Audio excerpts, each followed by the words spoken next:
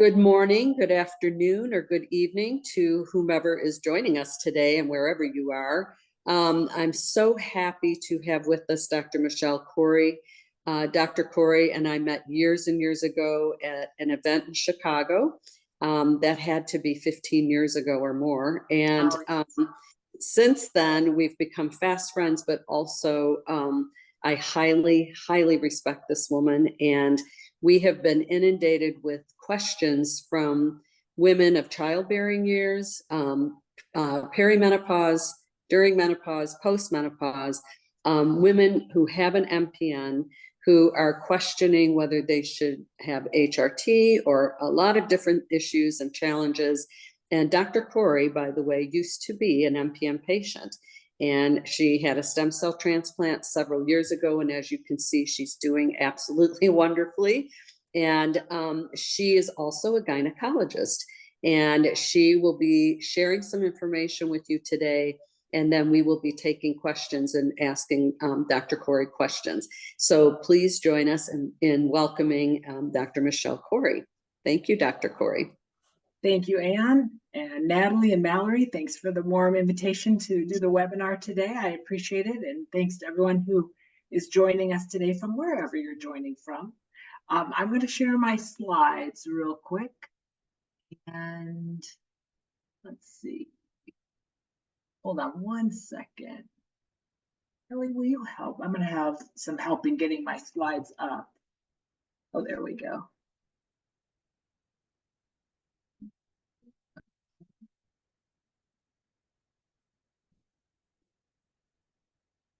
Okay, I'll let you do it.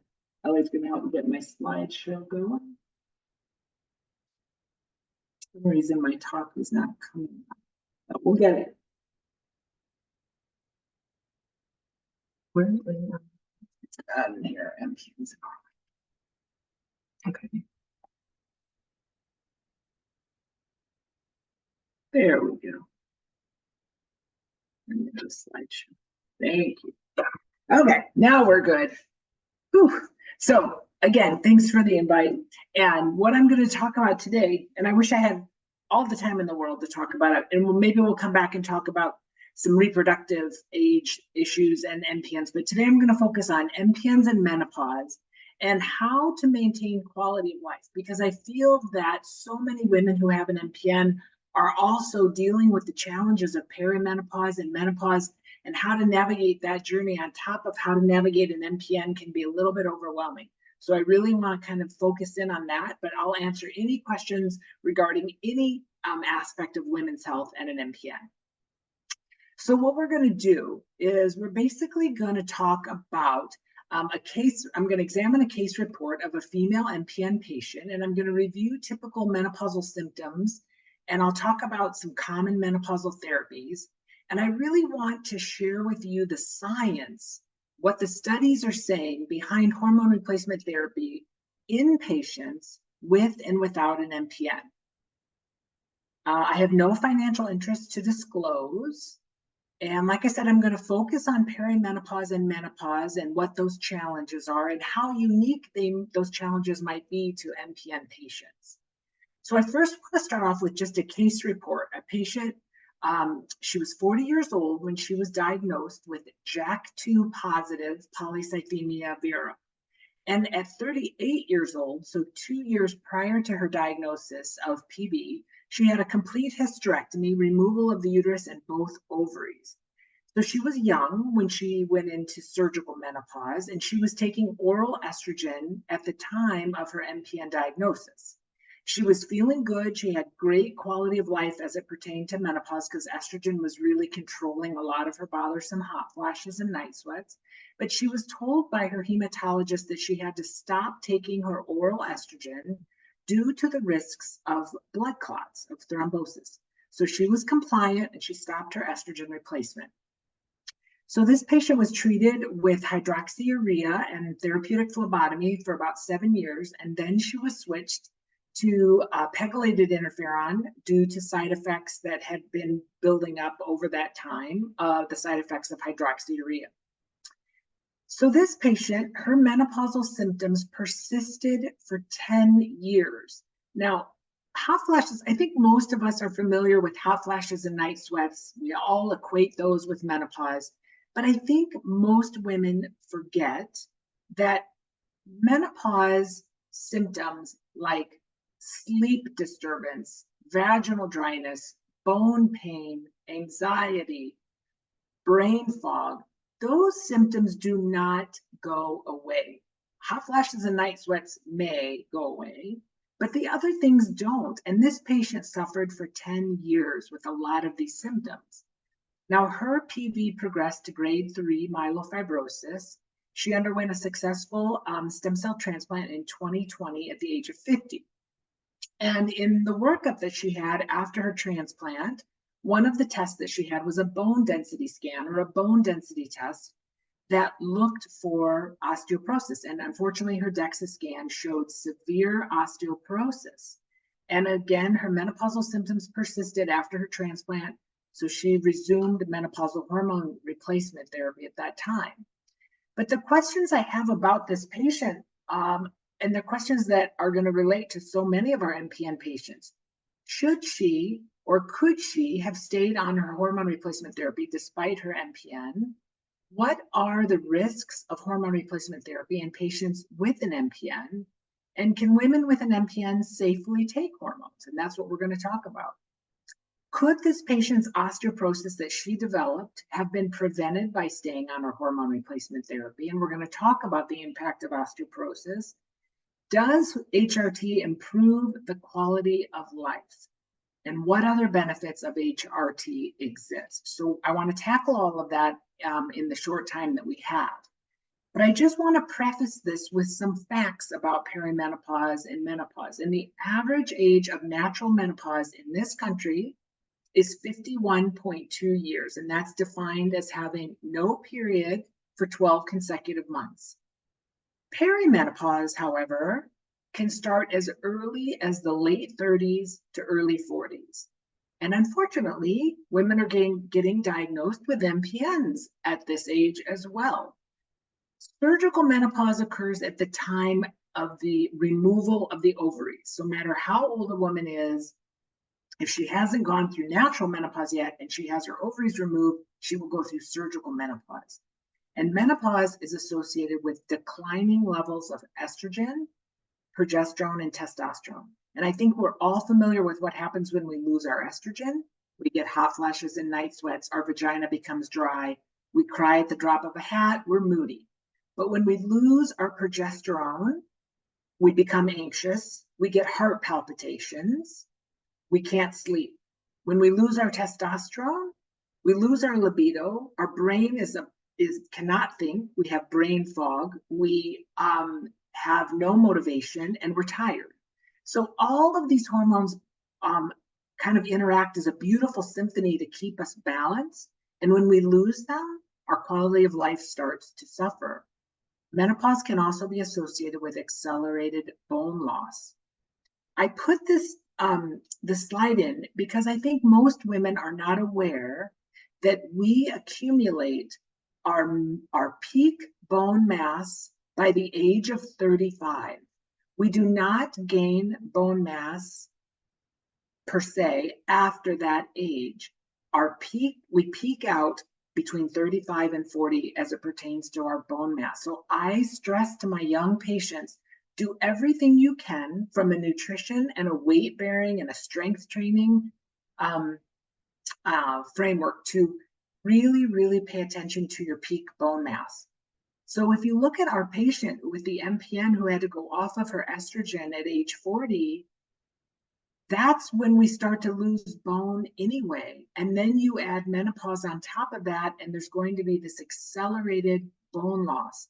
And we cannot forget about how important our bone mass is. And I think we don't always keep that in mind. So a few statistics on osteoporosis. So 1 in 2 postmenopausal women will suffer from osteoporosis, and most of those will have a fracture during their lifetime.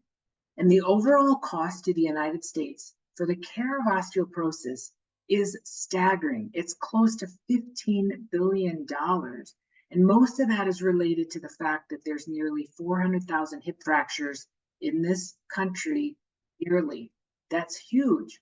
And 1 in 2 women who experience a hip fracture will never return to their previous lifestyle. And 20% will die as a consequence of their fracture. So I do not take osteoporosis lightly, and I don't take it lightly for my patients, because it's a very, very important part of our quality of life, but also our long-term health. And spinal fractures can be very, very painful. They can cause back pain and poor quality of life and increase our risk of mortality and death. So I think we all are familiar with this menopausal symptoms of hot flashes and night sweats. There's no doubt most of us are familiar with those. But in my clinic and for gynecologists around the world, we see so many other symptoms of menopause. I talked about brain fog and the difficulty concentrating and word retrieval. It's real. And I have patients that swear they're getting dementia, and they're just going through menopause. They're losing their hormones. We see fatigue, lack of motivation, weight gain, or change in body composition. It's very, very common to see bladder changes, so loss of urine when we never used to have incontinence, or urge incontinence where we have to find the bathroom on every corner when we're out shopping. We may see the vaginal dryness, we lose our sex drive, or we have a loss of libido. But what I also want to bring up is joint pain. Joint pain is very, very common in menopause, and most women don't associate that with the loss of estrogen. Estrogen is a very anti-inflammatory hormone, and when we lose it, our levels of inflammation can go up. And keep in mind, we all know that MPNs are an inflammatory disease. And when you lose your estrogen and you have increased rates of inflammation, MPN symptoms may worsen. And also the other things that I see common are the mood changes, anxiety, and depression. And I'll talk about that. But not only do we see those in menopause, this was a study out of the Clinical Epidemiology Journal in 2019. It looked at mood disorders specifically in MPN patients. And this study showed that 21% of MPN patients suffer from anxiety, 12% suffer from depression, and 8% suffer from both. So when you have a group of patients who already have a predisposition to anxiety and depression, and you add menopause on top of that, the results can be pretty staggering. So again, I already mentioned all of these symptoms, but the one other one that I may not have mentioned yet is frequent bladder infections. We see that commonly in menopause. Frequent urinary tract infections are very typically seen with the loss of estrogen. The other thing is the loss of muscle mass. Sarcopenia, or loss of muscle mass, is very common in menopause if we're not continuing to do strength training to maintain our muscle. And muscle, I tell all my patients, is our currency of metabolism, and it's our currency of longevity. We lose our muscle and we have higher risks of fragility. We don't want that. But when we look at these perimenopausal and menopausal symptoms, a lot of them will overlap with symptoms also seen with MPNs. So we cannot forget that.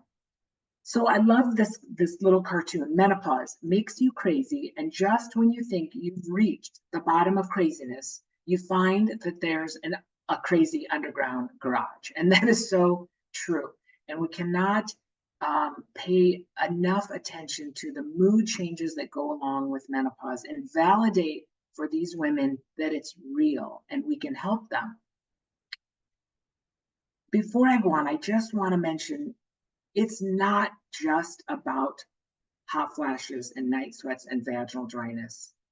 Menopause is very tightly associated with increased risks of chronic disease. Menopause is associated with a higher risk of heart disease, diabetes, high blood pressure. We already mentioned osteoporosis. Menopause is associated with an increased risk of cognitive changes and dementia, and muscle wasting, and I have already mentioned that, called sarcopenia. This is very, very important to remember, So if the loss of hormones are associated with heart disease and increased risks of diabetes and high blood pressure, if we replace our hormones, will it do more than just relieve our hot flashes and night sweats? And that's what I want to show you in the next slides. The hormone replacement therapy decreases many of the chronic diseases associated with menopause. It lowers the risk of heart disease and diabetes, especially when the hormone replacement therapy is started early, within the first 10 years of menopause, especially the first 5 years of menopause. So all of our MPN patients who then go through menopause and are told, get off of your hormones, they are missing the prime window of opportunity to prevent diabetes, bone loss, and heart disease. And that's what I want to show you guys in the next few slides. So what are the benefits of HRT, especially when it started within the first 10 years of menopause? Not only does it reduce symptoms, reduces the risk of osteoporosis by up to 37%, reduces the risk of diabetes by 1/3, reduces the risk of coronary artery disease in half by 50%, reduces the risk of dementia up to 32%, reduces the risk of age-related macular degeneration by 35%, improves our mood and reduces the risk of depression by 50%. And it reduces all-cause mortality by 1/3. Now, these statistics are not insignificant. And where are the studies that are showing this? They're in the traditional medical literature. And I've included them in this talk. So if anybody wants a copy of it, here are all the studies in the traditional literature showing the benefits of hormone replacement therapy. We cannot ignore it. And why then?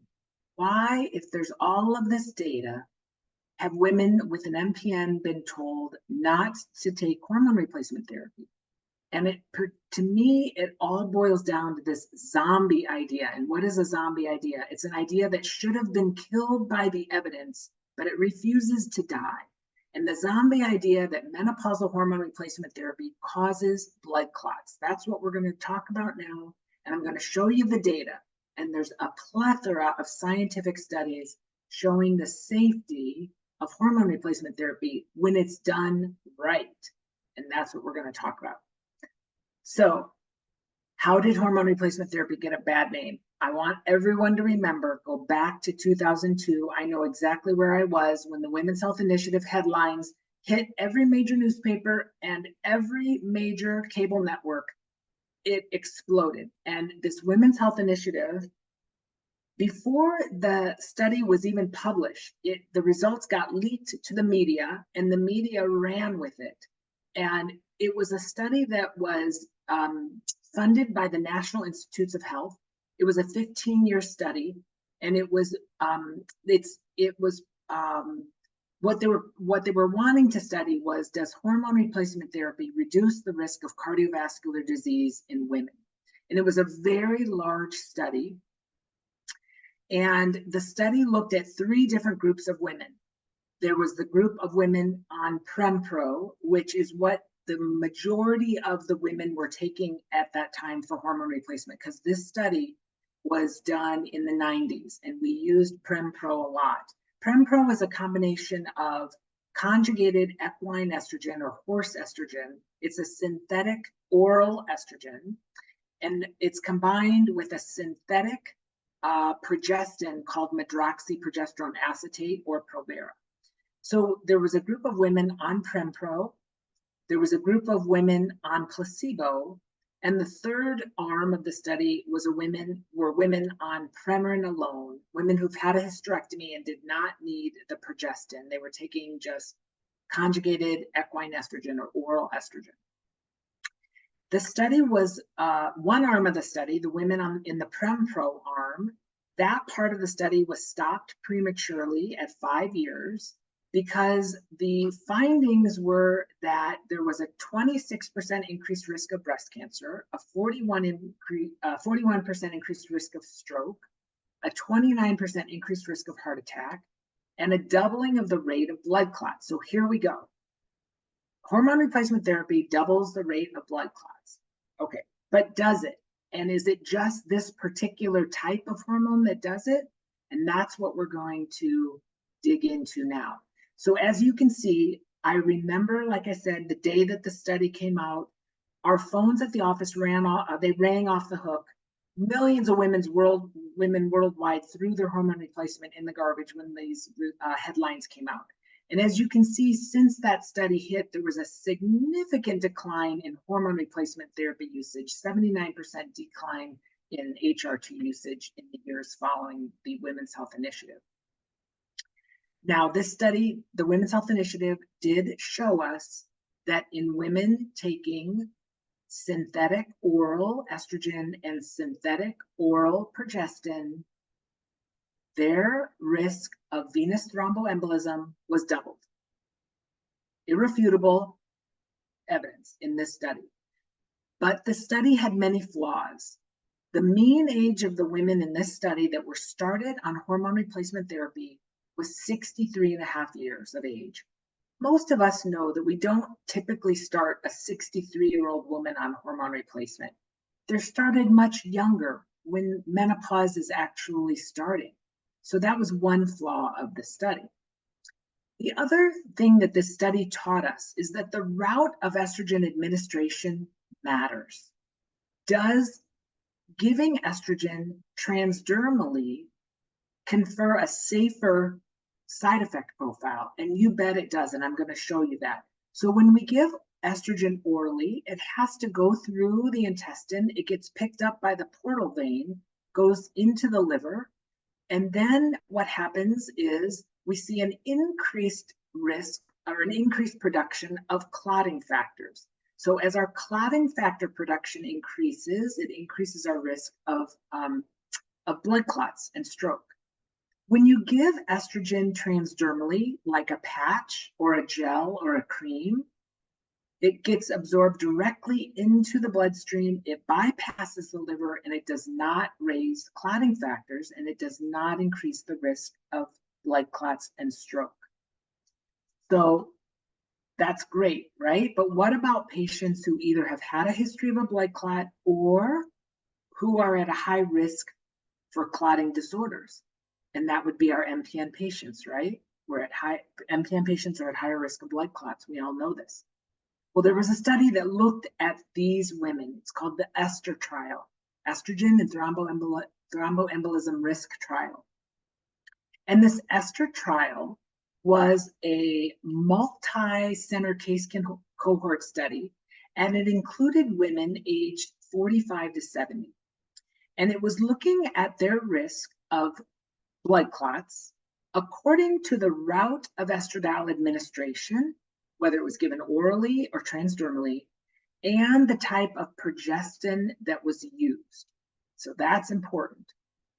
So what this ESTER trial showed us was that women who used transdermal estrogen, a patch or a gel or a cream, had no higher risk of blood clot compared to women not on any estrogen. Same risk of blood clots and stroke. But women taking oral estrogen had a much higher risk of blood clots and stroke.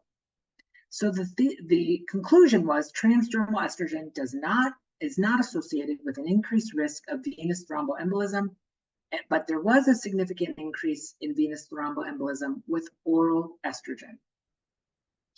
Now, there was another study, it was published in the journal Circulation in 2005, and it looked at women who have a genetic mutation, putting them at a very high risk of a blood clot. They have a prothrombotic gene mutation, or a mutation that increases the risk of a blood clot or stroke.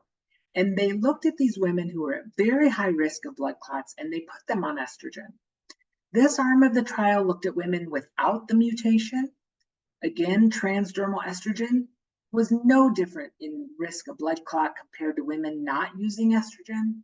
And in the women who had the gene mutation, giving them transdermal estrogen, again, did not raise their risk of a blood clot compared to women not on estrogen, but giving the estrogen orally did. So there's the women in the highest risk category of a blood clot because they have a gene mutation.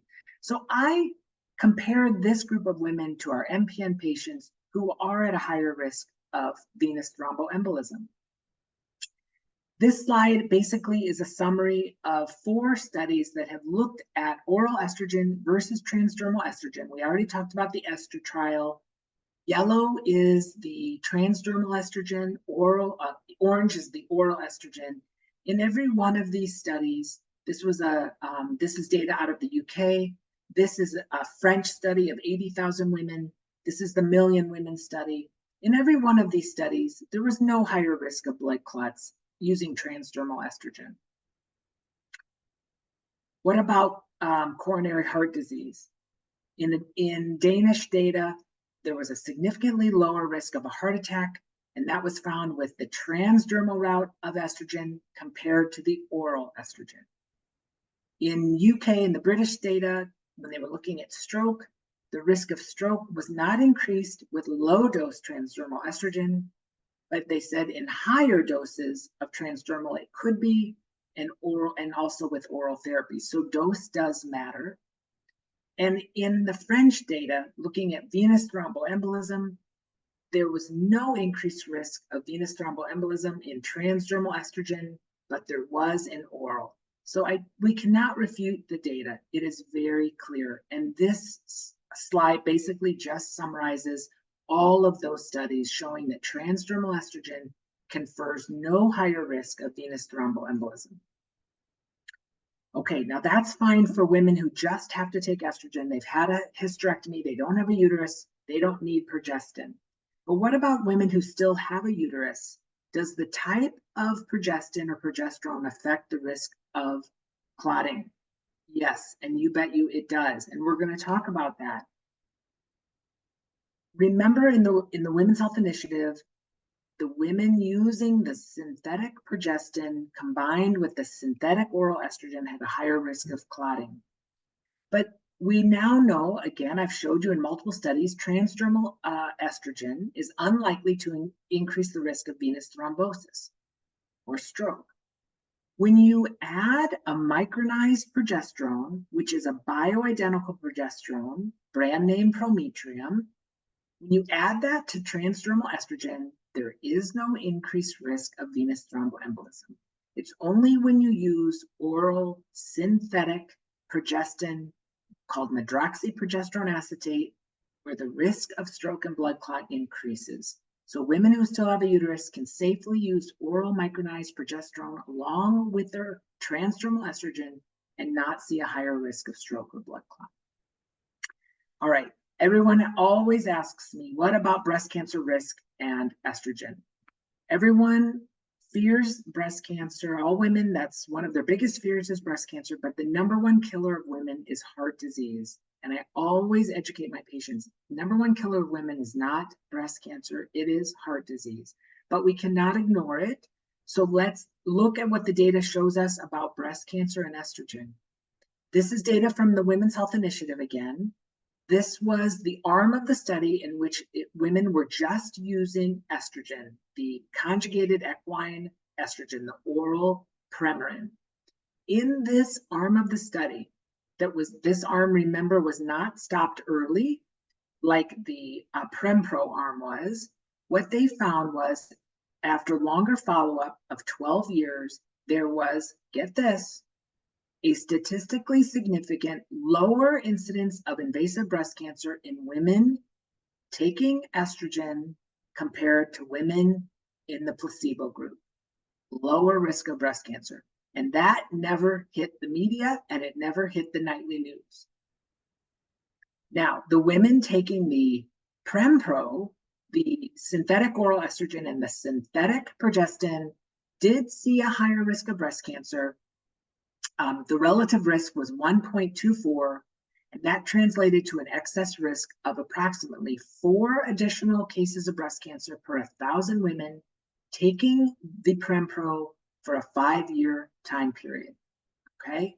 Now, what I always tell patients is that increased risk is the same relative risk as what we will see in obesity and what we will see in excess alcohol consumption. So if we're going to tell women to not take estrogen or synthetic estrogen and synthetic progestin, we're also going to have to address the fact that the amount of alcohol that they drink increases their risk, and if they are carrying extra weight, that increases their risk as well. And the analysis from the French data tells us that it's the synthetic progestin, just like the Women's Health Initiative told us, that raises the risk of breast cancer, and it's not the estrogen. And the synthetic progestin causes breast cancer cell proliferation, whereas micronized progesterone, the bioidentical natural progesterone, does not. So that data is pretty unrefuted. Okay, so we're gonna just kind of summarize now and finish up with just briefly touching on perimenopause. Perimenopause is typically the time in our life that starts in our mid to late 30s to early 40s, and it lasts until we go through menopause. It's typically associated with changes in our menstrual cycles where they can be heavier, less predictable. The other issue of perimenopause is that we're still fertile during this time. So what do we use for contraception, especially if we have an MPN? What is safe to use for contraception? And women in this time frame and throughout their lives just want to be heard and have their symptoms validated. It's very important to just be present and listen to these patients so they know that they're not alone. And the additional challenges of navigating an MPN on top of navigating perimenopause adds additional stressors, and we cannot forget that. So the unique challenges that I see for my perimenopausal patients, especially the ones that have an MPN, is for contraception, it is advisable to avoid oral contraceptives because they have a 3 to 5 times increased risk of venous thromboembolism.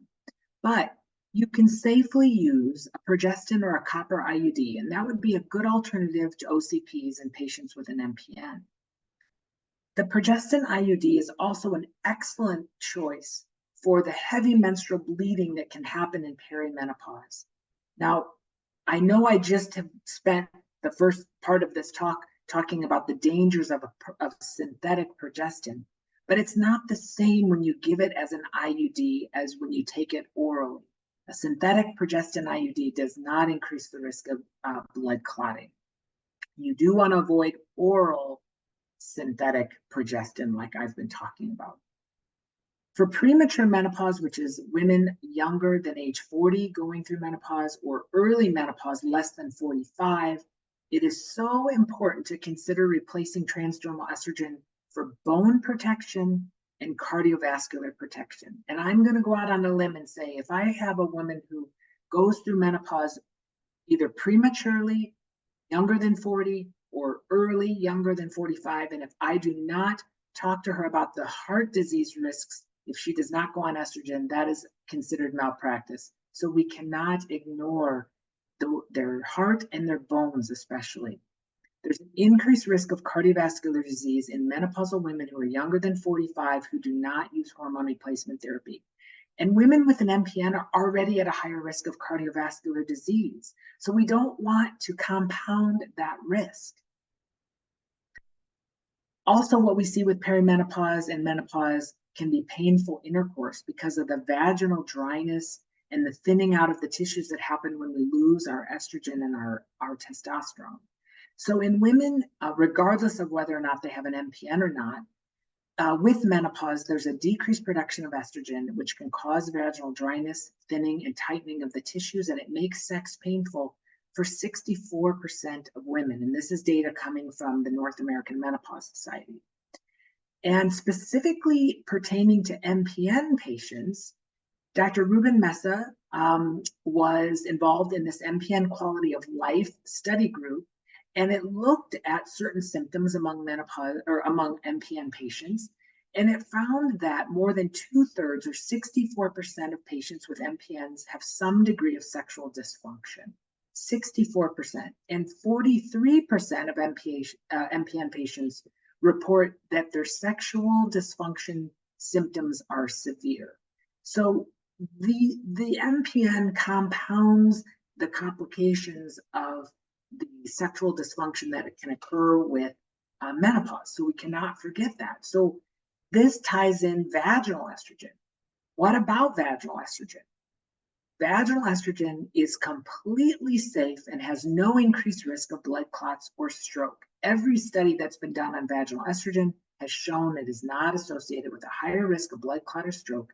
And vaginal estrogen is an excellent option for treating vaginal dryness and painful intercourse, the burning that can happen with the vaginal tissues, and it's an excellent remedy for frequent urinary tract infections.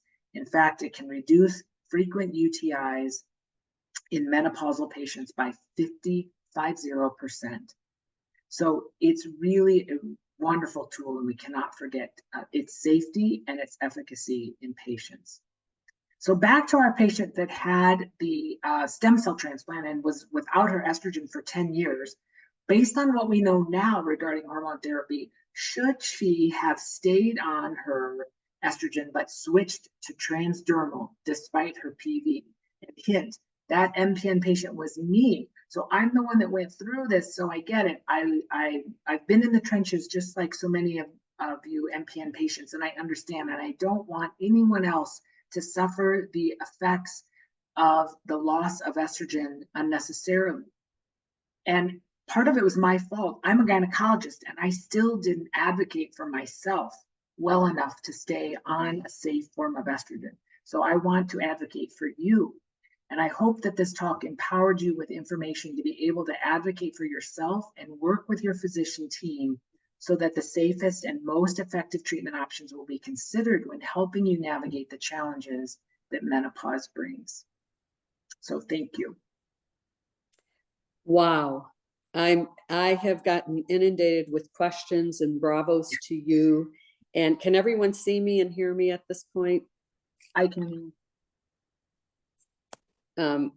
Okay. So Michele or Yeah. Dr. Couri, this was fantastic and fantastic in so many ways. And we've already been asked if you can come back and talk about childbearing years for MPN patients and menses and, you know, pregnancy and all of that. And I know you will. But I have so many questions. First, I'd like to thank you so much because you helped me several years ago when I phoned you and said, man, I'm having some real issues. And you said, try estradiol, which I've been on ever since. And I love it. And I've not had any issues whatsoever. In fact, I felt 1,000 times better. I do strength training.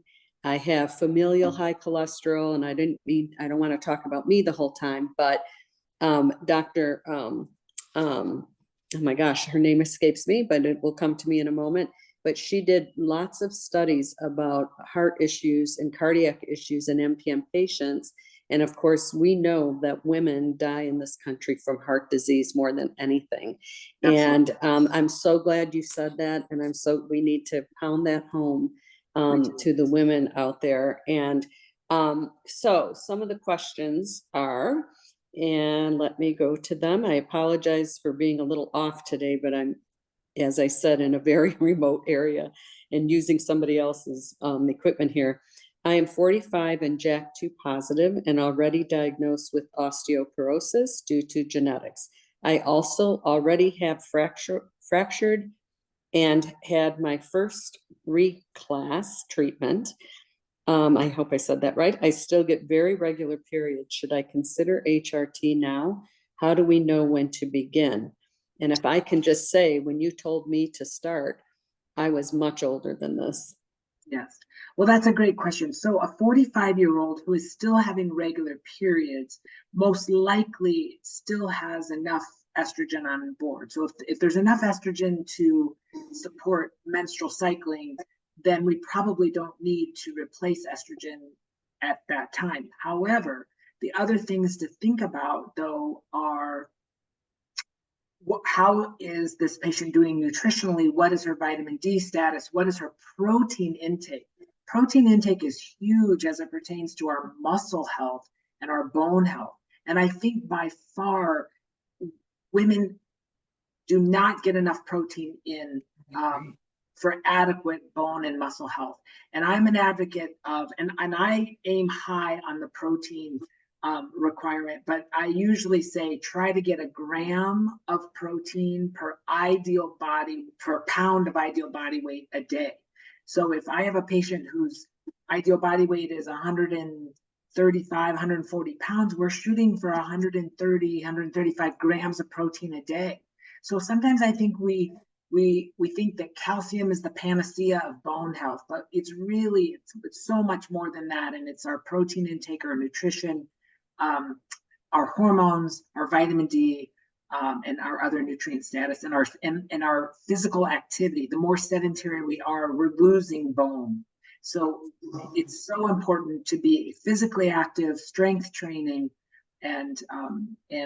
but someone who's still cycling, I don't think she needs to necessarily replace estrogen. However, I would not be afraid to supplement with estrogen when her cycles start spacing out. So I do not make a woman have to go 12 whole months without a period before I give her estrogen. And when I start to see that her periods are spacing out and she's symptomatic, we're getting started. Okay. And I love what you said about protein, because I was a vegetarian for 5 years, and many of the women I know in the MPN world said, oh, I've just been on this vegetarian diet. But I am strongly a strong proponent of the Middle Eastern diet or that diet. But my cardiologist always says eat more protein, and lean fish mostly, or fatty fish like salmon. Yes, okay. Yes. So I love this is fantastic. I was on a BHRT, bioidentical, but removed from last year by my oncologist and gynecologist. I switched to an MPN specialist who gave me permission, but I can't find a provider willing to treat me for my hormones. What can we do to find providers willing to treat us? Education. We have to educate our physicians. The problem that I see, so many problems, but the problem that I see is that most of the doctors trained now, like myself, are children of the generation that happened after the Women's Health Initiative. I was in practice 1 year when the Women's Health Initiative hit the fan, right? So all of us, I'm 54, so all the docs in my generation grew up with the misinformation from the Women's Health Initiative, and we have been undoing the damage for 20 years. So we have to educate our docs, just like what I did today, that you can safely use estrogen and it's okay. And really, it's malpractice to not consider it in certain individuals. Yeah, and you made it very clear about oral versus transdermal and so on. And I'm so glad you did that, because there has been this great fear of HRT. And I am so happy that, for me anyway, it's working beautifully, and for some others. And but I agree with you. Yes. One thing I would mention, I don't mean to interrupt, I'm sorry. One thing I would mention is, if you have a 40-year-old woman who unfortunately gets diagnosed with an MPN, and she goes to her MPN specialist, and she's still cycling, she doesn't need estrogen. If they're so fearful of estrogen, would they tell that woman to have her ovaries removed? No, right? So when we replace estrogen, we're adding it back at a fraction of the level of what we have that our body makes naturally. So if we're going to really think that estrogen is the culprit, are we going to then remove women's ovaries that have an MPN so they don't have their own estrogen? We would never do that. Terrible. As this is progressing, I have to say, we've invited you to our 10th annual women's program, which we always love having you with us. But honestly, because we have more, just, by the nature of this disease group, we do have more male hematologists out there than female. And we hear more complaints from women who have male hematologists, nothing against them, but they really do need to be educated on this very topic in very much in a lot of detail. And so perhaps you could join us at some other events like the one in Asheville, North Carolina coming up in August, but we'll discuss that. Absolutely. This question is, does transdermal HRT help with anxiety, brain fog, and muscle loss? It seems to usually focus on helping people with hot flashes and vaginal dryness. Okay, so does transdermal HRT help with anxiety? And brain fog. And brain fog. Yes, the estrogen does, but what works really well for anxiety is progesterone. And progesterone given orally, the micronized progesterone, not synthetic, given orally works for anxiety because it crosses the blood-brain barrier and it works on our GABA receptors, which help our relaxation. But if you give transdermal progesterone, I'm talking progesterone, not estrogen. If you give transdermal progesterone, it does not cross the blood-brain barrier, so you do not get that reduction in anxiety and you do not get the sleep benefit that you see with oral progesterone. Okay, interesting. So when you and I talked years ago and you said, try estradiol, which I have been on ever since. But this question is, how long do you recommend women staying on HRT if they begin within 5 years of menopause? I was well past menopause when we talked. Yeah, that's okay. So this whole concept of stay on your estrogen for the shortest amount of time and no longer than 5 years after menopause, it's all based on zero science. It's based on extrapolations of the Women's Health Initiative, because at the 5-year mark, that's when the Prem-Pro increased the risk of those adverse events. So we somehow in the medical community adopted this 5-year rule, which is grounded in zero science. Yes. So most menopause experts, the female menopause experts, the vast majority of them are on estrogen themselves, and they stay on estrogen for life.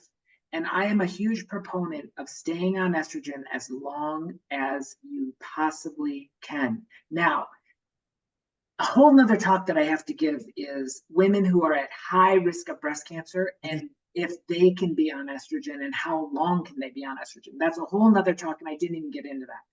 But if we just take that piece of the puzzle for another day, most patients can stay on estrogen long term.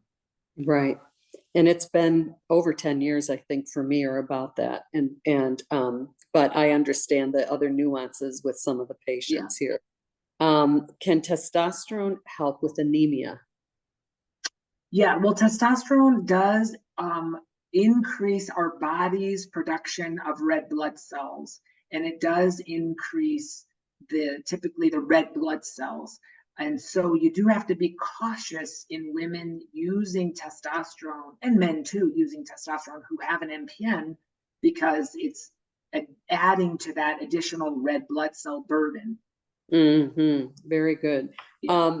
But how does one know if they need testosterone or progesterone? Because we're also eager to get estrogen replacement, right.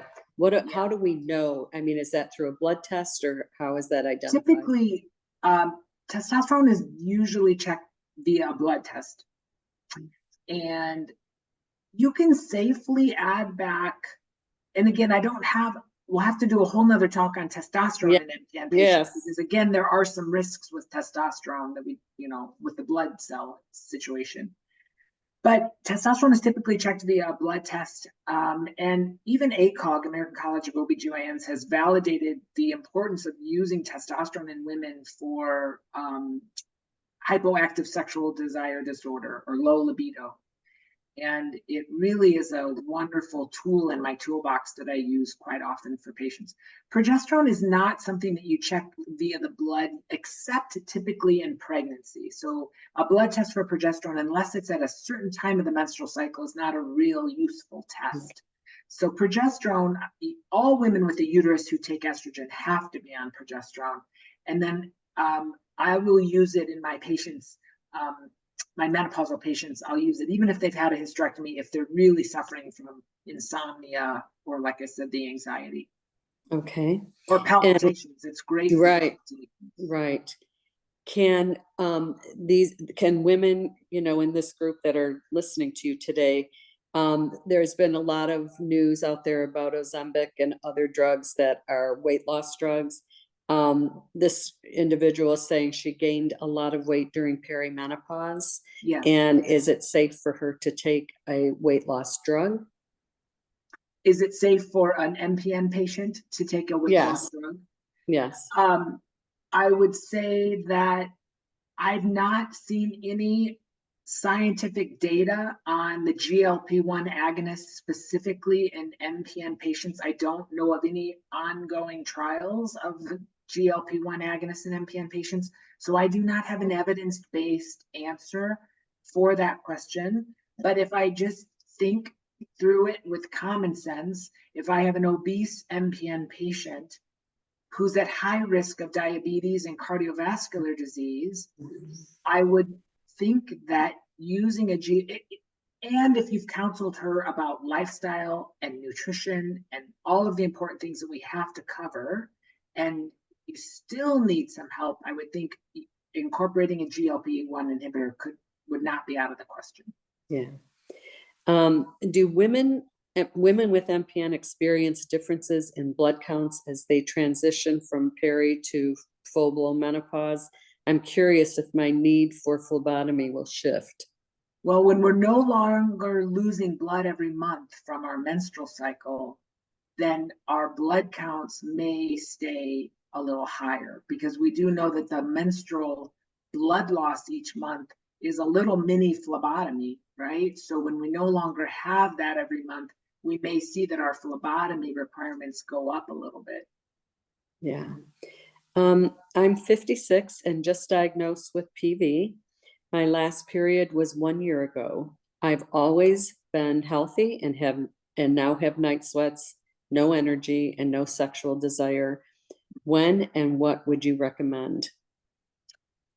Well, at 56, 1 year into menopause, she's still in that optimal window to start hormone replacement therapy. So if she is, the way I look at it is, for all MPN patients, I don't necessarily think of them any differently than any other patient that walks in my door. So I would make sure that they are a good candidate to begin with to go on hormones.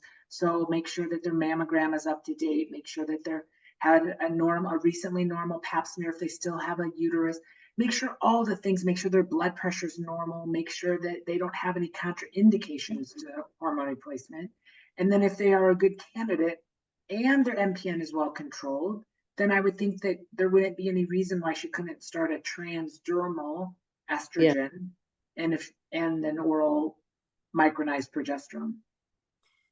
Okay, next question. These are great questions. How do you confirm perimenopause without cycles? I had a hysterectomy, but still have my ovaries.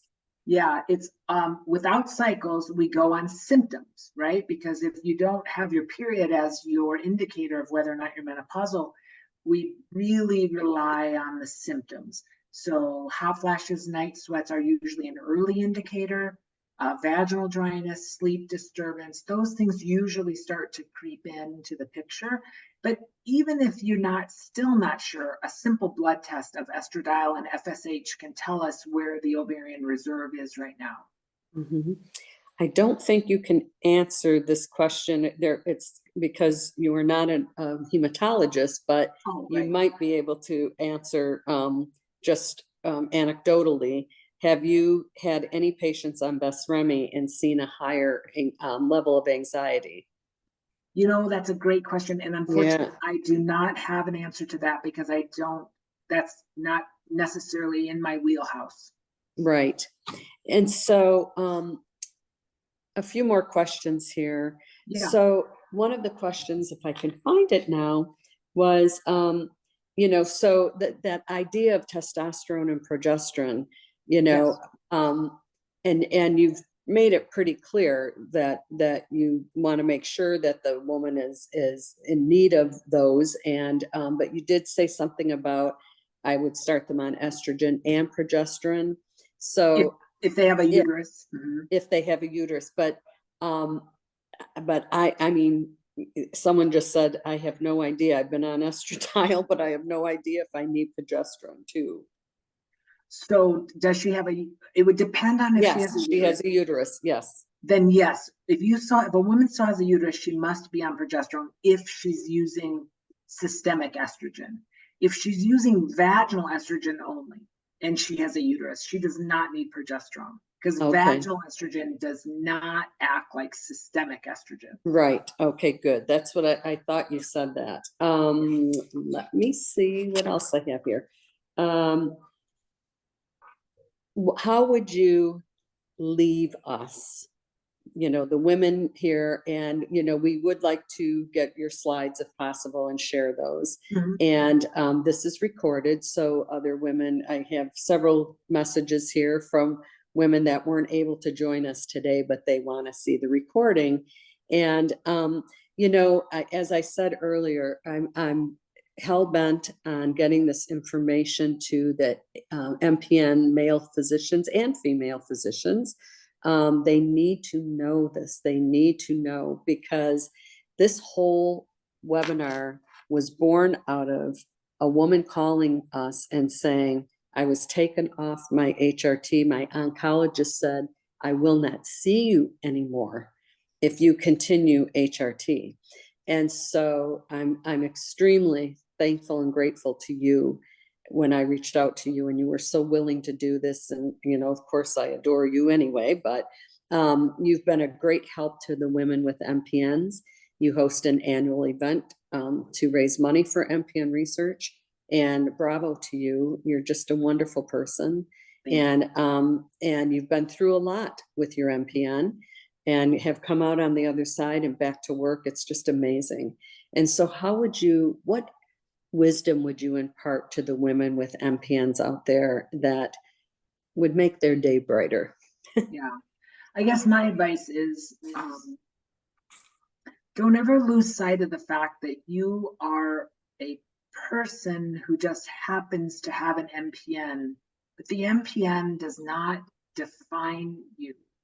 And don't lose sight of the fact to continue to live every day with gratitude and have a purpose, and don't give in to the fact that you are a patient with an MPN, and don't ever stop advocating for yourself, because just because you may not know everything about the MPN, you know more about your body than anyone else in the whole world. And you have to continue to be your own advocate and have a team of doctors that listen to you. And if they don't, find a new doctor, because we cannot continue to be gaslighted over these very important issues just because of the lack of knowledge on part of the healthcare team. It's just not fair. Right. My daughter gave me a book called Eve, and I'm going to send it to you and I would recommend it to everyone here, because it talks about how little has been done in research in women and in women's health, and how we need to change that. And I'm an advocate. We own an advocacy organization, and we are here for our MPN patients, and we will help you in any way we can.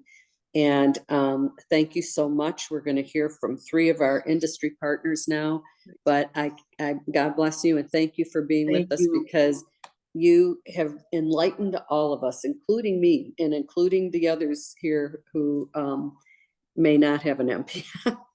So thank you so much. Always a pleasure. Thank you for the opportunity. Yes, and we'll bring you back real soon, and I'll be in touch soon. Okay. God bless. Thank you. God bless you. Okay. And so we are going to say goodbye for now to Dr. Couri and hear from Robin Green from Insight. Insight is one of our industry partners who helps us to function basically and host these programs. And so Robin, are you with us? I am. And can you hear me? Yes. Hi there. Hi. So thank you. My name is Robin Green, and I'm an oncology clinical nurse educator with Insight. And my role is to support the patient community and advocacy groups like this one. Um, I'm happy to be here with you today and would like to thank MPN Advocacy and Education letting me share more about Insight's commitment to the patient community. Insight is a global biopharmaceutical company headquarters in Wilmington, Delaware. Our mission is to solve on, which simply means we are relentless, follow the science to find solutions for patients with critically unmet medical needs, regardless of the disease or size of the patient population. By partnering with AAD and this wonderful group of MPN Advocacy and Education, we're able to better understand the needs of HCP and patient communities, which in turn helps us inform how we advance science and support the communities we serve. If patients are looking to connect with others, get resources and or read more about other people with MPN experiences, we also have two other programs. Voices of MPN is one of those, and it's you could discover more at www.voicesofmpn.com. And then, of course, with our MPN Advocacy and Educations.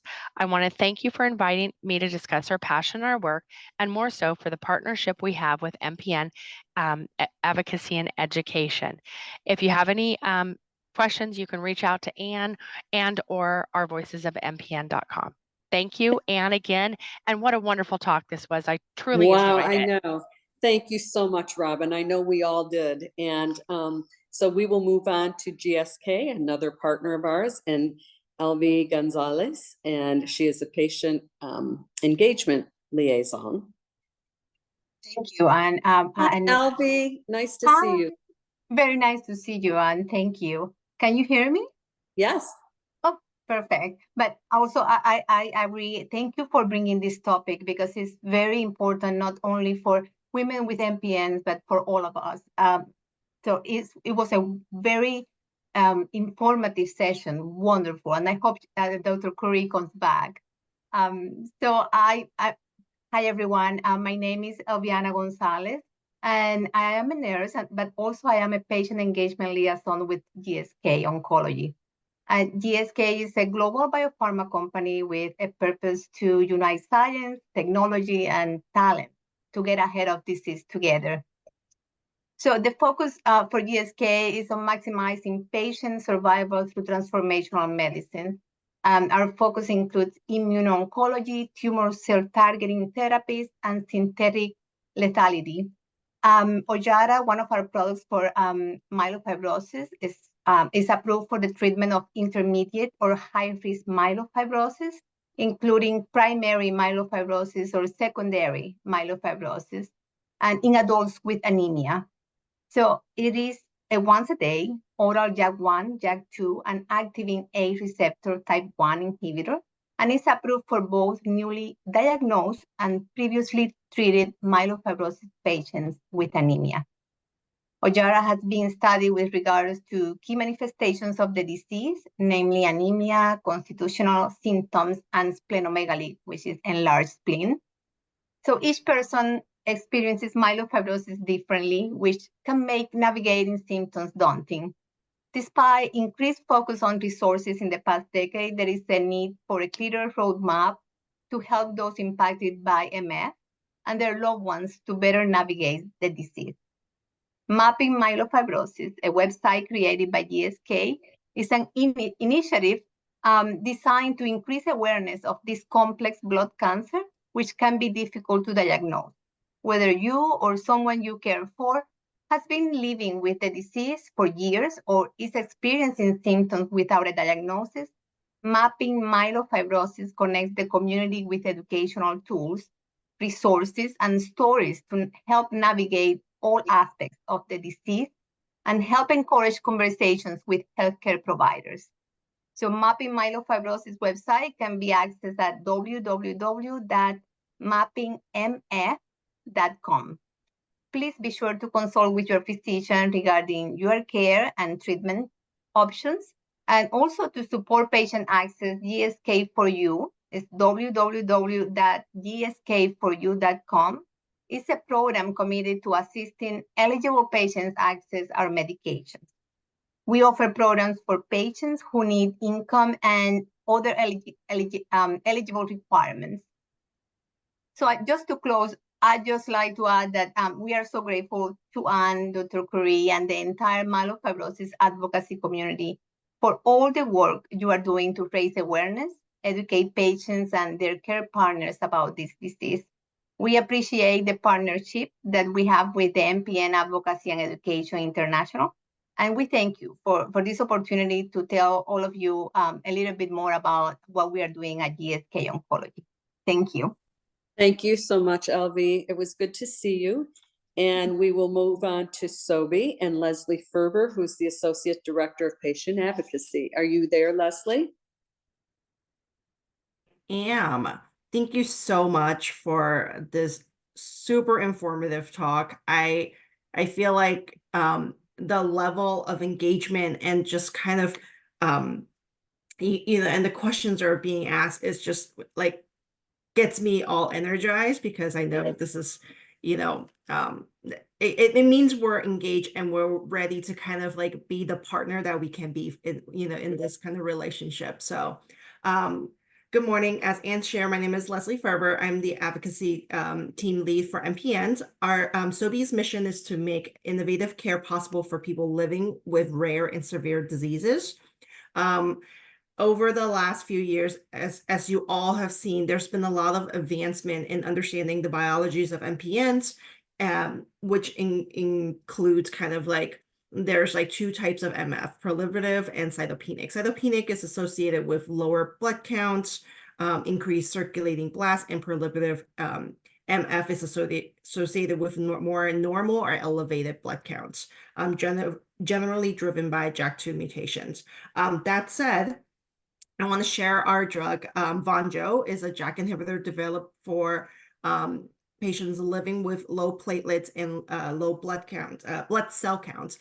It has a unique MOA mechanism of actions, which differentiates it from other JAK inhibitors. So it's really important to talk to your providers about which one works for you. Vonjo is JAK1 sparing and targets JAK2 and IRAK1, all of which are important targets for MF patients living with low platelet levels without causing myelosuppressions. We have learned maintaining JAK1 signaling is essential for platelet production, stem cell activation, and innate immunity. As I close, I really want to thank all of you for, you know, kind of sharing kind of like the concern that you have, and just kind of always creating such a great learning opportunity for all, everyone involved. And I really want to thank Anne and MPN Advocacy and Education for just kind of hosting these events that are so important for the whole community. So thank you. And I will drop it back to you. Thank you very much. And to all of those still with us, we really appreciate our partners always, because we would not be where we are without them.